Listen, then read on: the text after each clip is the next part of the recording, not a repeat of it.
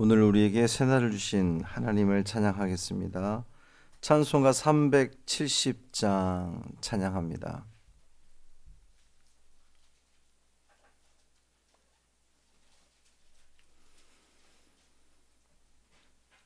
찬송 370장 주 안에 있는 나에게 찬양함으로 새벽 기도회를 시작하겠습니다. 주 안에 있는 나에게 단 근심이 있으랴 십자가 밑에 나가 내 짐을 풀었네. 주님을 찬송하면서 할렐루야 할렐루야 내 앞길 멀고 험해도 나 주님만 따라가리. 그 두려움이 변하여 내 기도 되었고 전날의 한숨 변하여 내 노래 되었네. 주님을 찬송하면서 할렐루야 할렐루야 내 앞길 멀고 험해도 나 주님만 따라가리. 내 주는 자비하셔서 늘 함께 계시고 내 궁핍함을 아시고 늘 채워주시네.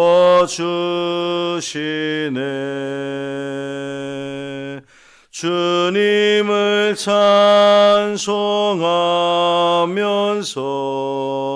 할렐루야 할렐루야 내 앞길 멀고 험해도 나 주님만 따라가리. 내 주와 맺은 언약은 영불변하시니 그 나라 가기까지는 늘 보호하시네.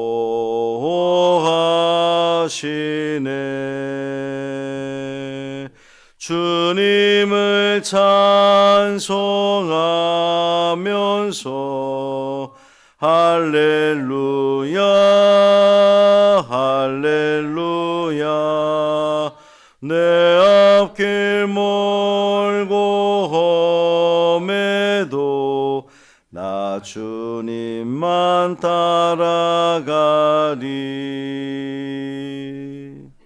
아멘.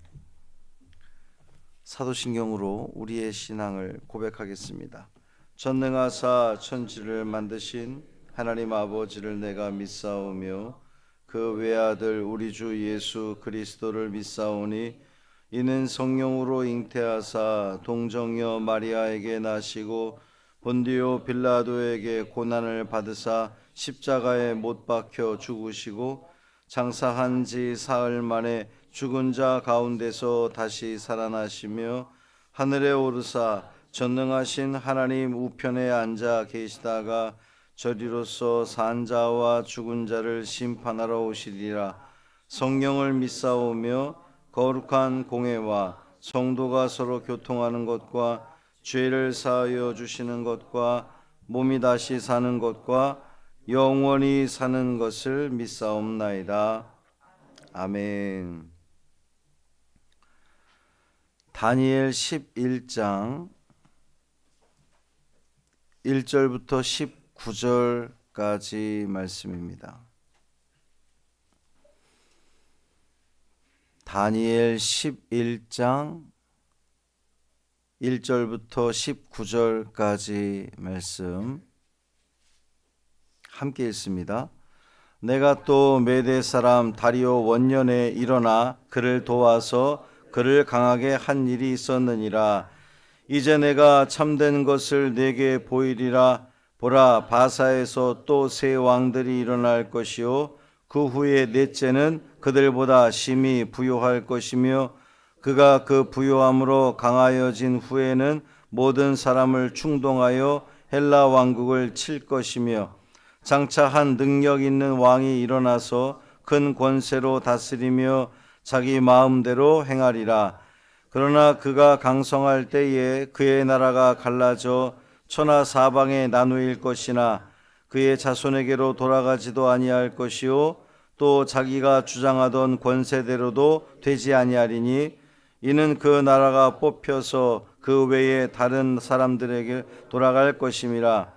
남방의 왕은 강할 것이나 그 군주들 중 하나는 그보다 강하여 권세를 떨치리니 그의 권세가 심히 클 것이요 몇 해 후에 그들이 서로 담합하리니 곧 남방 왕의 딸이 북방 왕에게 가서 화친하리라.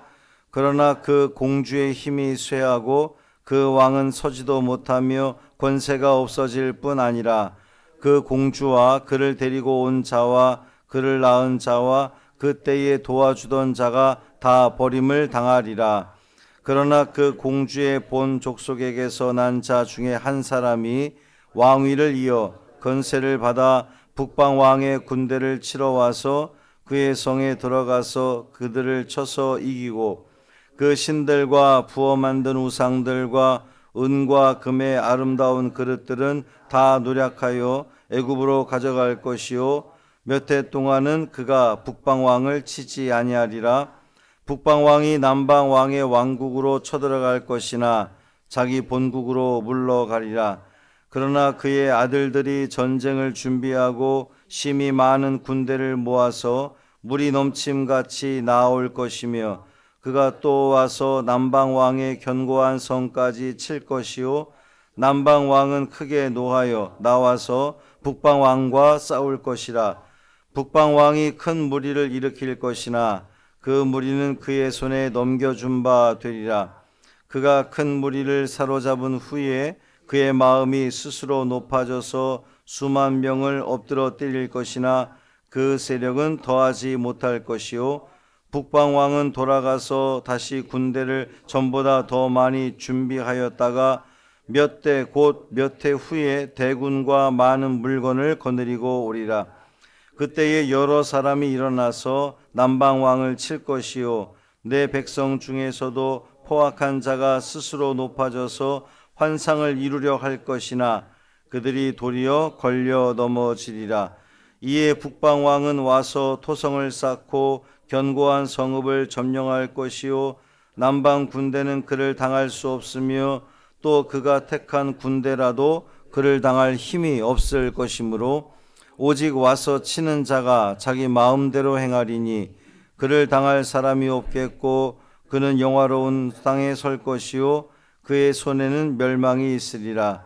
그가 결심하고 전국에 힘을 다하여 이르렀다가 그와 화친할 것이요 또 여자의 딸을 그에게 주어 그의 나라를 망하게 하려 할 것이나 이루지 못하리니 그에게 무익하리라.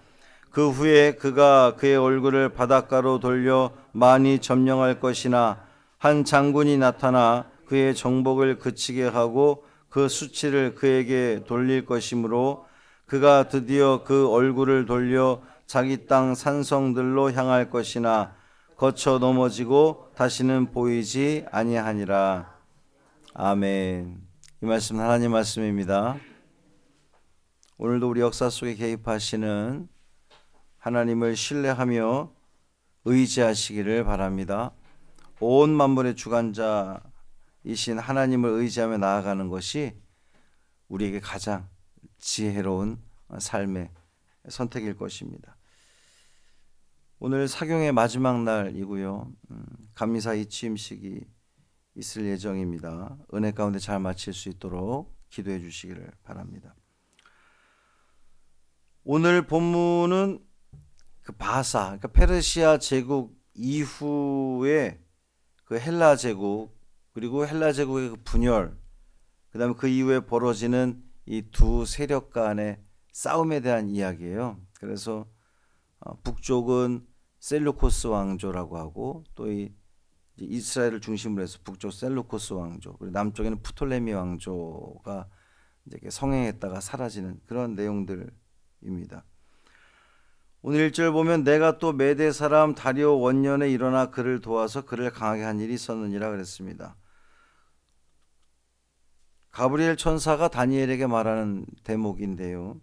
천사가 페르시아 제국이 세워질 때에 하나님의 명령을 따라 이 왕조를 도와주었다는 겁니다. 이 말이 의미하는 것은 이 세상에 나라가 이렇게 세워지고 사라지고 하는 모든 것들은 다 하나님의 섭리 가운데 이루어지는 것이다 하는 것을 의미하는 겁니다.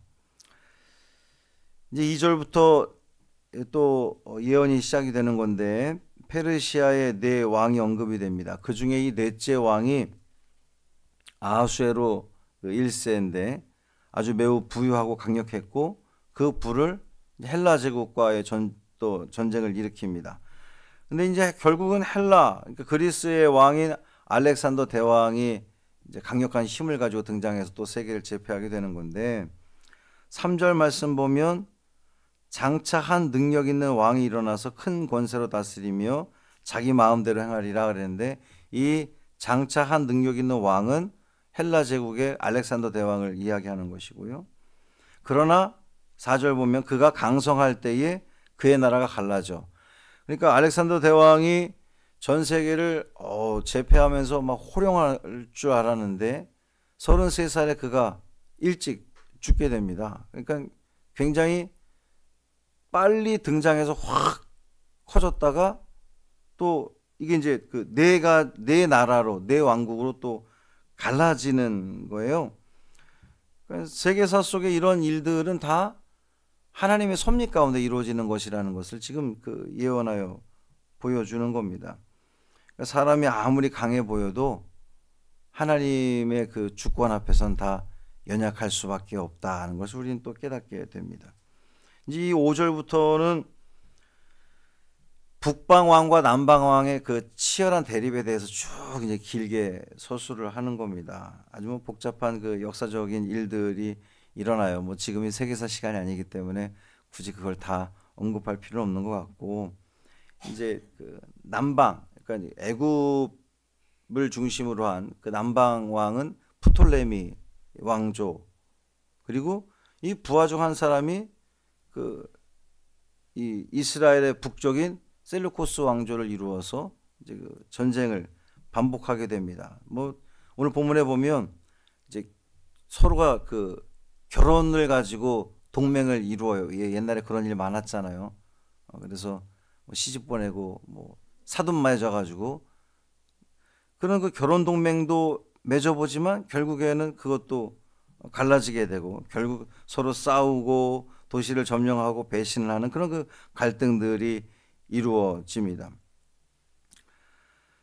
18절에 보면 그 후에 그가 그의 얼굴을 바닷가로 돌려 많이 점령할 것이나 한 장군이 나타나게 되는데, 여기서는 한 장군은 로마의 스키피오 장군을 이야기하는 겁니다. 그러니까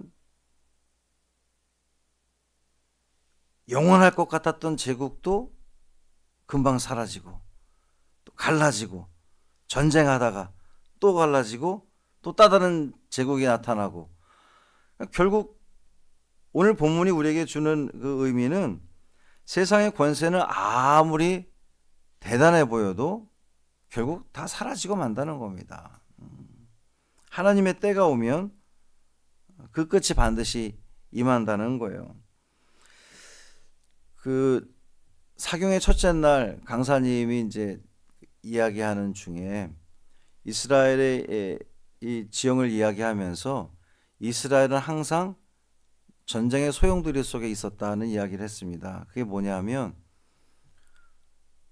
당시의 전쟁은 자기 나라에서 하지 않는다는 거예요. 자기 나라에서 전쟁을 해가지고 뭔가 피해를 입으면 졌다는 것이 명백하잖아요. 그러니까 당시 전쟁은 서로 다 이겼다고 이야기를 한다는 겁니다. 남의 땅에 전쟁을 막 싸워서 자기 나라로 딱 돌아가니까. 근데 그 싸움의 전쟁터가 어디였느냐? 이스라엘이었다는 거죠. 지금 이 셀루코스 왕조나 프톨레미 왕조가 있지만 그 중간에 있는 이스라엘 백성들이 늘 어려움을 당했어요. 그러니까 그 정도로 어려움을 당하고 대단한 제국들이 확 일어나고 또 포로로 잡혀가고 식민지를 살고 이러다 보면 그런 역사들이 반복되다 보면 결국 나라가 사라지게 될 그 위험이 있는 것인데 결국 어떻게 됩니까? 이 치열한 전쟁의 현장 속에서도 이스라엘은 살아남게 됩니다. 그 이유가 뭐예요? 하나님께서 그들을 지키시기 때문입니다. 아무리 대단해 보이는 세상 권력들이 다 일어나고 어쩌고 해도 하나님께서 그 땅을 지키시기 때문에 그 이스라엘은 결국에는 계속해서 그 세상 이 소용돌이 속에서도 살아남게 된다는 거죠. 이 다니엘서 11장을 통해서 우리는 역사의 흥망성쇠 속에서도 하나님의 다스리는 손길을 우리는 보게 됩니다. 권력은 올라가기도 하고 내려가기도 하고 동맹이 깨지기도 하고 또 강자로 군림했던 자들이 쓰러지기도 하는데 중요한 건 하나님의 계획은 변함이 없다는 겁니다. 하나님은 당신의 계획대로 차근차근 이루어 가신다는 거예요. 그러니까 우리가 해야 할 일은 뭡니까? 우리는 믿음을 가지고 그저 하나님을 바라보는 겁니다. 이 역사의 주관자, 세상 만물의 주관자는 하나님이시니 하나님께 전적으로 의지하고 맡기고 하나님 뜻대로 살아가려고 애를 쓴다면 하나님께서는 우리에게 가장 좋은 것으로 결국 살게 되는 것은 하나님 백성이니 하나님의 은혜 가운데 우리도 살게 될 줄 믿습니다. 오늘도 그 은혜 가운데 찬양하며 감사하는 우리 모두의 삶 되기를 주님의 이름으로 축복합니다. 살아계신 아버지 하나님, 우리가 눈을 들어 주님의 주권을 보게 하여 주옵소서. 이 세상의 혼돈 속에서도 하나님의 섭리를 신뢰하며 살게 하여 주옵소서. 당신의 말씀대로 이루시는 그 하나님의 뜻 안에서 우리가 참 평안과 담대함을 얻게 하여 주옵소서. 오늘도 우리가 살아가는 이 삶 가운데에 매 순간 하나님이 보여주시고 알려주시고 인도하시는 그 길에 순종하며 나아감으로 말미암아 틀림이 없는 삶, 참 평강을 누리는 복된 삶 살게 하여 주옵소서. 인류 이 전체 역사를 주관하신 하나님이시기에 작고 부족한 나이지만 내 삶도 하나님께서 가장 정확하게 인도하실 줄 믿습니다. 신뢰하며 나아가게 하시고 내 삶 가운데 펼쳐지는 모든 일들 가운데 하나님의 뜻을 발견하고 하나님께 묻고 또 깨닫고 또 그 길대로 순종하며 나아감으로 말미암아 우리 하나님께 기쁨 드리는 복된 인생 되게 하여 주옵소서. 우리 주 예수 그리스도의 이름으로 축복하며 기도합니다. 아멘.